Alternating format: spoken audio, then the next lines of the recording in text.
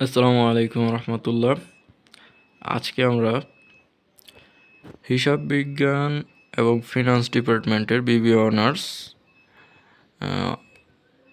অর্থায়নের নীতিমালা প্রথম খণ্ড এর চতুর্থ অধ্যায় অর্থের সময়মূল্য, এই অধ্যায়ের যে 31টা অতি সংক্ষিপ্ত প্রশ্নগুলি আছে ক বিভাগের, এই প্রশ্নগুলি দেখব। আশা করি এর বাইরে আর কোনো প্রশ্ন পরীক্ষায় আসবে না। আর যদি কেউ কোনো পরীক্ষায় এসে থাকে তাহলে অবশ্যই কমেন্টে প্রশ্নগুলো জানাবেন, উত্তরগুলি দিয়ে দিব ইনশাল্লাহ। 1 নম্বর প্রশ্ন, অর্থের সময় মূল্য কী? অর্থের সময় মূল্য কাকে বলে? সময়ের পরিবর্তনের সাথে সাথে অর্থের মূল্যের যে পরিবর্তন ঘটে তাকে অর্থের সময় মূল্য বলে। সময়ের পরিবর্তনের সাথে সাথে অর্থের মূল্যের যে পরিবর্তন ঘটে তাকে অর্থের সময় মূল্য বলে। যেমন 2019 সালের 500 টাকা আর 1990 সালের 500 টাকা কিন্তু এক না। 1990 সালের 500 টাকা আর বর্তমানের 500 টাকার মধ্যে অনেক তফাৎ আছে। আগে এক ভরি স্বর্ণ পাওয়া যেত 50,000 45,000 টাকা, আর এখন এক ভরি স্বর্ণের দাম প্রায় 1,70,000 60,000 50,000 পর্যন্ত চলে যায়। সো সময়ের পরিবর্তনের সাথে সাথে অর্থের মূল্যের যে পরিবর্তন ঘটে এটাই হচ্ছে অর্থের সময় মূল্য। অর্থের সময় মূল্যের ধারণা কয়টি ও কী কী? অর্থের সময় মূল্যের ধারণা কয়টি ও কী কী? অর্থের সময় মূল্যের ধারণা দুটি, যথা প্রেজেন্ট ভ্যালু বর্তমান মূল্য এবং 2 নম্বর হচ্ছে ভবিষ্যৎ ভ্যালু বা ফিউচার ভ্যালু, ভবিষ্যৎ মূল্য বা ফিউচার ভ্যালু। 3 নম্বর, বর্তমান মূল্য কাকে বলে? ভবিষ্যতের কোনো নির্দিষ্ট সময়ে চক্রবৃদ্ধি হারে চক্রবৃদ্ধি সুদের হারে একটি নির্দিষ্ট পরিমাণ টাকা পাওয়ার জন্য যে পরিমাণ টাকা বর্তমানে বিনিয়োগ করার প্রয়োজন হবে তাকে বর্তমান মূল্য বলে। ভবিষ্যতে কোনো নির্দিষ্ট সময়ে চক্রবৃদ্ধি সুদের হারে একটি নির্দিষ্ট পরিমাণ টাকা পাওয়ার জন্য যে পরিমাণ টাকা বর্তমানে বিনিয়োগ করার প্রয়োজন হবে তাকে বর্তমান মূল্য বলে। চক্রবৃদ্ধি সুদ কাকে বলে?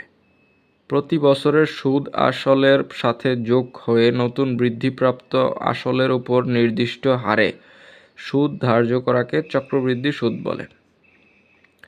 প্রতি বছরের সুদ আসলের সাথে যোগ হয়ে নতুন বৃদ্ধিপ্রাপ্ত আসলের উপর নির্দিষ্ট হারে সুদ ধার্য করাকে চক্রবৃদ্ধি সুদ বলে।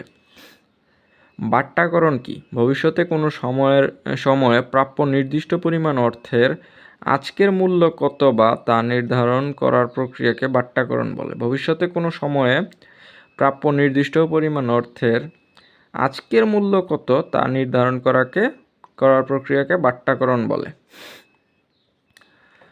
অবিরত চক্রবৃদ্ধিকরণ কি? বছরের নির্দিষ্ট সময়ের জন্য প্রতি মাইক্রোসেকেন্ডের চক্রবৃদ্ধিকরণকে অবিরত চক্রবৃদ্ধিকরণ বলে। মুদ্রাস্ফীতি কাকে বলে? অর্থের মূল্য ক্রমাগত হ্রাস পাওয়ার ফলে মূল্যস্তরের বৃদ্ধিকে মুদ্রাস্ফীতি বলে।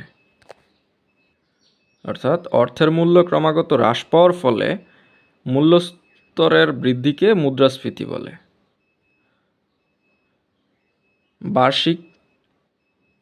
বার্ষিক বৃত্তি কি? বার্ষিক বৃত্তি কাকে বলে? ভবিষ্যৎ নির্দিষ্ট সময় পর্যন্ত সমান কিস্তিতে সমান সময়ের ব্যবধানে অর্থের আগমন বহিগমনকে বার্ষিক বৃত্তি বলে। ভবিষ্যতে নির্দিষ্ট সময় পর্যন্ত সমান কিস্তিতে সমান সময়ের ব্যবধানে অর্থের আগমন বহিগমনকে বার্ষিক বৃত্তি বলে। প্রদেয় বার্ষিক বৃত্তি কি? যে বার্ষিক বৃত্তির নগদ আন্তঃপ্রবাহ ও বহিঃপ্রবাহ বছরের শুরুতে সংঘটিত হয় তাকে প্রদেয় বার্ষিক বৃত্তি বলে। যে বার্ষিক বৃত্তির নগদ আন্তঃপ্রবাহ ও বহিঃপ্রবাহ বছরের শুরুতে সংঘটিত হয় তাকে বার্ষিক বৃত্তি বলে। বৃত্তি কত প্রকার? বৃত্তি 5 প্রকার।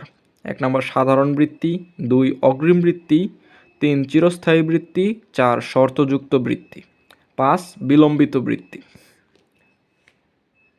সাধারণ বার্ষিক বৃত্তি কি?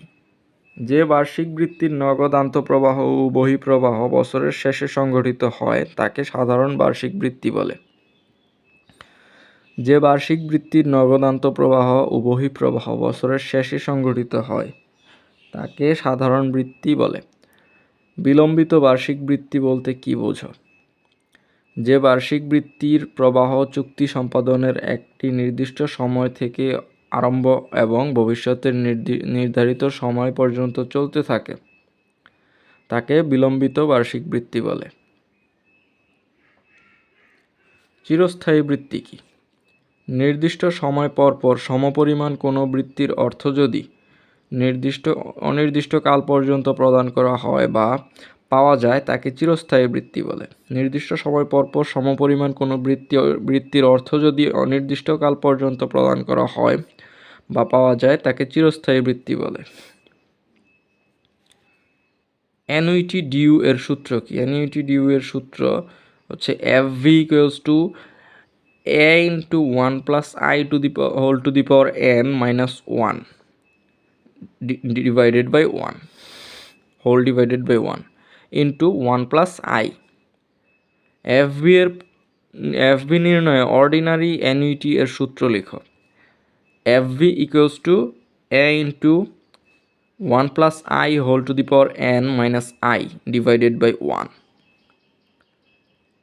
এককালীন প্রাপ্য অর্থের বর্তমান মূল্য কিভাবে নির্ণয় করা হয়? এককালীন প্রাপ্য অর্থের বর্তমান মূল্য নির্ণয় করা হয় PV = A/1 + I whole to the power n। বার্ষিক বৃত্তির ক্ষেত্রে কিভাবে বর্তমান মূল্য নির্ণয় করা হয়?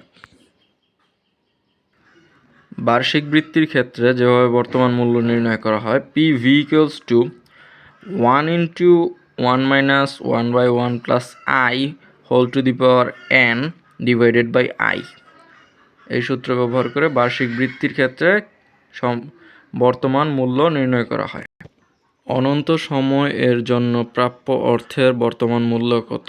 অনন্ত সময়ের জন্য প্রাপ্য অর্থের বর্তমান মূল্য PV = A/I। কত সময়ে কোনো আসল 8% দ্বিবার্ষিক চক্রবৃদ্ধি সুদে দ্বিগুণ হবে? We know that n = 0.69 divided by r plus 0.35 = 0.69 divided by r এর মান 0.08 plus 0.35। এটা ক্যালকুলেশন করলে মান আসে 8.975 ইয়ার্স। আচ্ছা, তাহলে উত্তর হবে 8.975 ইয়ার্স। রুলস 69 বা 69 বিধি কি? কত বছরে বা কত পার্সেন্ট সুদের হারে বিনিয়োগকৃত টাকা দ্বিগুণ হবে তা যে বিধির সাহায্যে সহজে এবং দ্রুত নির্ণয় করা হয় তাকে 69 বিধি বলে। কত বছরে বা কত পার্সেন্ট সুদের হারে বিনিয়োগকৃত টাকা দ্বিগুণ হবে তা যে বিধির সাহায্যে সহজে এবং দ্রুত নির্ণয় করা হয় তাকে 69 বিধি বলে। রুল নাম্বার 72 বা 72 বিধি কি? একটি নির্দিষ্ট পরিমাণ অর্থ কত বছরে বা কত সুদের হারে দ্বিগুণ হবে তা যে বিধির মাধ্যমে প্রকাশ করা হয় তাকে 72 বিধি বলে।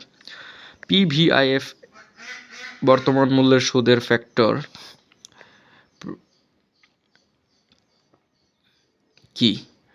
বর্তমান মূল্যের সুদের ফ্যাক্টর কাকে বলে?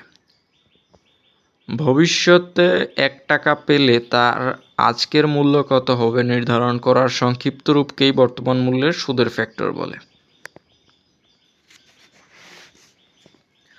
PVIFA এর পূর্ণরূপ লিখো বা PVIFA এর পূর্ণ অর্থ লিখো। PVIFA এর পূর্ণরূপ হলো present value of interest factor of an annuity. FVIFA এর পূর্ণরূপ কি? FVIFA এর পূর্ণরূপ হলো future value interest factor of an annuity. সাধারণ বার্ষিক বৃত্তির ভবিষ্যৎ মূল্যের সূত্র কি? FVA = A/I into 1 minus I whole to the power n minus 1 in 1। অগ্রিম বার্ষিক বৃত্তির ভবিষ্যৎ মূল্যের সূত্র কি? FVA du equals to a by I into 1 plus I whole to the power n minus 1 into 1 plus I। নামিক সুদের হার কি? ঋণ প্রদানকারী ও গ্রহণকারীর মধ্যে চুক্তির মাধ্যমে যে সুদের হার নির্ধারণ হয় তাকে নামিক সুদের হার বলে। কার্যকরী বা প্রকৃত সুদের হার কি? বছরে একাধিকবার চক্রবৃদ্ধিকরণের ফলে প্রকৃতপক্ষে যে বার্ষিক হারে সুদ অর্জিত হয় বা প্রদেয় হয় তাকে কার্যকরী বা প্রকৃত সুদের হার বলে। EIR এর সূত্র কি? EIR equals to 1 plus I by m whole to the power m minus 1।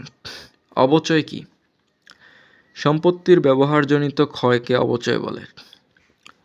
ঋণ পরিশোধ তালিকা কি? ঋণ পরিশোধের বিস্তারিত বিবরণ সম্বলিত তালিকাকে ঋণ পরিশোধ তালিকা বলে। ঋণ পরিশোধের বিস্তারিত বিবরণ সম্বলিত তালিকাকে ঋণ পরিশোধ তালিকা বলে। এই ছিল অর্থের সময় মূল্য অধ্যায়ের 4 নম্বর অধ্যায়ের অতি সংক্ষিপ্ত এবং সংক্ষিপ্ত প্রশ্নাবলী ক বিভাগে যেগুলো আসে 31টা। আশা করি এর বাইরে আর কোনো প্রশ্ন এই অধ্যায়ের নেই। যদি থেকে থাকে অবশ্যই কমেন্টে দিয়ে রাখবেন, পরবর্তীতে সেগুলোর উত্তর ইনশাল্লাহ দিয়ে দিব। Till then stay tuned. চ্যানেলটিকে লাইকস এবং কমেন্ট করে পাশে থাকবেন, সাবস্ক্রাইব করে পাশে থাকবেন। পরবর্তী আপডেটের জন্য বেল আইকনটি বাজিয়ে দিবেন। ধন্যবাদ। আসসালামু আলাইকুম।